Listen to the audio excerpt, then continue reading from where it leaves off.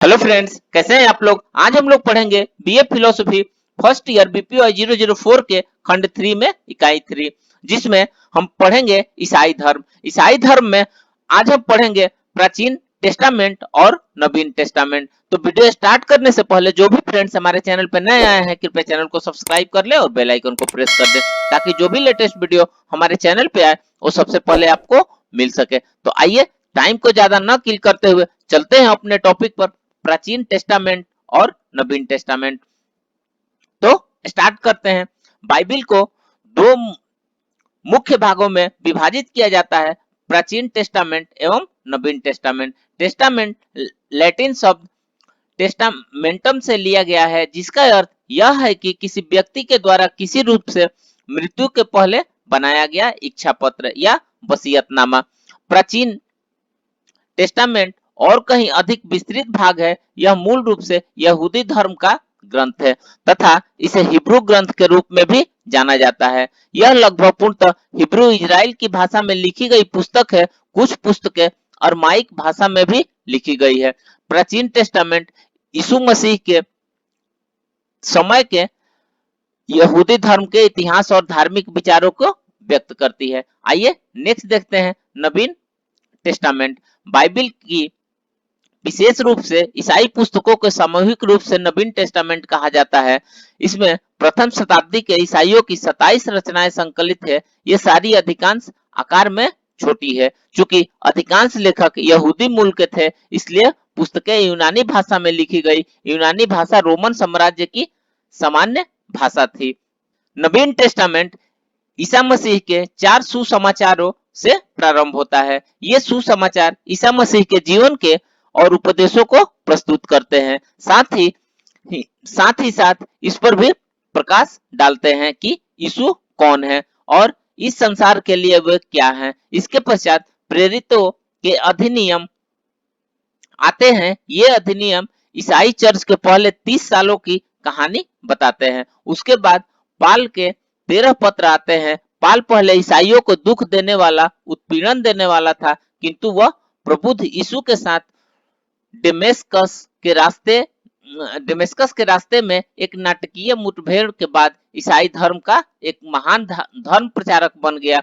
उसके पत्र चर्च तथा भूमध्य क्षेत्र के व्यक्तियों के लिए लिखे गए थे। उसका पहला पत्र यीशु के देहांत के 25 वर्षों के भीतर ही लिखा गया था। उसके पश्चात 8 अन्य पत्र आए। ये पत्र प्रारंभिक ईसाई मार्गदर्शकों द्वारा विभिन्न चर्चों के प्रति लिखे गए कैथोलिक पत्रों के रूप में जाने जाते हैं। उसके बाद जॉन के प्रकाशित पुस्तक आती है। यह यहूदी साहित्य दिव्य की साहित्यिक शैली में एक प्रस्तुत एक दिव्य रचना है और इसे भविष्य उद्घोषक साहित्य के रूप में जाना जाता है। यह एशिया माइनर के 7 नए चर्चों को, जो उत्पीड़न के कारण अत्यधिक दबाव में थे, संबोधित की गई आशा की पुस्तक है। आइए नेक्स्ट देखते हैं सुसमाचार। नवीन टेस्टामेंट की पहली 4 पुस्तकें सुसमाचार या अच्छी खबर के नाम से जानी जाती है। यहाँ पर शब्द सुसमाचार की व्याख्या करना आवश्यक है। यह एक प्राचीन अंग्रेजी शब्द गुड स्पेल से लिया गया है। यह 2 शब्दों गुड और स्पेल का संयोजन है। गुड स्पेल का अर्थ होता है अच्छा समाचार। यह एक यूनानी शब्द यूनजेलियन का अनुवाद है, जिसका अर्थ है अच्छा समाचार। सुसमाचार लिखने वाले 4 विभिन्न लेखकों ने सुसमाचार के लिए जिस मौलिक शब्द का प्रयोग किया वह यूनजेलियन ही था। इन लेखकों ने यूजेलियनिस्टस के नाम से भी जाना जाता है। वे 4 लेखक हैं, मैथ्यू, मार्क, ल्यूक और जॉन। मार्क ने सन 1964 के आसपास, मैथ्यू व ल्यूक ने सन 67 के आसपास तथा जॉन ने सन 95 से 100 के मध्य सुसमाचार को लिखा था। यीशु मसीह के जीवन और उपदेशों पर केंद्रित होने के कारण इन पुस्तकों को सुसमाचार कहते हैं। उनके जीवन तथा उपदेशों को विश्व के लिए अच्छे समाचार के रूप में देखा गया, क्योंकि इनका उद्देश्य उनके ईश्वर पुत्र होने के कारण लोगों को धार्मिक उद्धार करना था। आइए नेक्स्ट देखते हैं सुसमाचार के श्रद्धा प्रलेख है।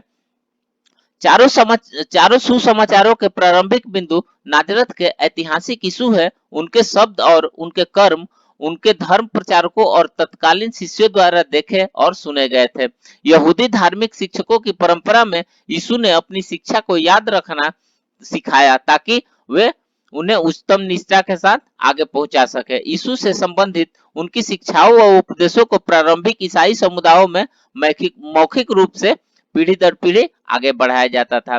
ज्ञात रहे कि ईसाई धर्म यीशु मसीह के शब्द और कर्मों को उनकी मृत्यु पुनरुत्थान के तुरंत बाद के समय लगभग 30 ईस्वी से ही प्रकाशित कर रहे थे। ईसाई समुदाय चर्चों को कुछ वर्षों में पूर्वी भूमध्य क्षेत्रों में स्थापित किया जा रहा था। यीशु के जीवन, मृत्यु व पुनरुत्थान की कथाओं एवं उनकी शिक्षाओं को इन चर्चों से मौखिक परंपरा द्वारा संरक्षित किया जा रहा था। बाद में 65 ईस्वी के लगभग और उसके अग्रगामी वर्षों में ही इन कथाओं का संकलन किया जा सका था तथा धर्मोपदेशकों द्वारा सुसमाचार के रूप में लिखा गया था। ये धर्मोपदेशक हमारे आधुनिक मानदंडों में न तो जीवन चरित्र लेखक थे और न ही इतिहासकार। वे यीशु द्वारा कही गई सभी चीजों का ब्यौरा देने में भी रुचि नहीं रखते थे। प्रत्येक धर्मोपदेश अपनी सामग्री का चयन करता है, उन्हें एक विशेष रूप से व्यवस्थित करता